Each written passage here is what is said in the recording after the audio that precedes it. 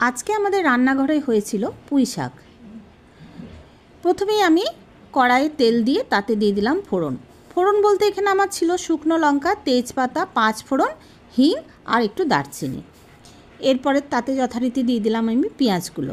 পেঁয়াজগুলো যখন বাদামি ভাজা হয়ে গেল তখন তার মধ্যে আমি দিলাম সবজি বলতে ছিল পুঁই শাক, আলু, বেগুন, ঝিঙে, পটল, মূলো আর কুমড়ো।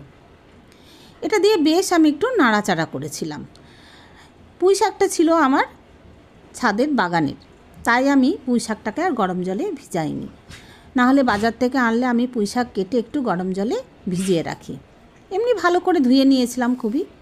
তারপরে দিলাম নুনের সাথে তাতে দিলাম কাশ্মীরি লঙ্কার গুঁড়ো আর হলুদ। এর মধ্যে আমি আরেকটা জিনিস দিই, কাঁচা পেঁয়াজ। সবজির ওপর একটু কাঁচা পেঁয়াজ দিই, রসুন আমি দিই না এর মধ্যে। তারপরেই দিলাম পুঁই শাকের পাতাগুলো। এটাও বেশ ভালো করে নাড়াচাড়া করলাম। তারপরে এর মধ্যে একটু দিয়ে দিয়েছিলাম আমি তড়কা মশলা দিয়ে এটা আমি চাপা দিয়েছিলাম। জল দিতে পারি না তো, পুঁই শাকে এমনিই জল বেরোয়, তাই এটা চাপা দিয়ে দিয়ে রান্না করতে হয়। এরপরে আমি মাছের মাথাগুলো দিয়ে আবার দিয়ে দিলাম চাপা। বেশ একটু নরম হয়ে এলো, পুঁই শাকটাও নরম হলো, মাছের মাথাগুলোও একটু নরম হয়ে গেছিলো। এরপরে আমি আবার দিলাম চাপাটা থেকে ঢাকনা খুলে নিয়ে আমি চিনি দিলাম আর দিয়েছিলাম তড়কা মশলা। হয়ে গেল আমার পুঁই শাক রেডি।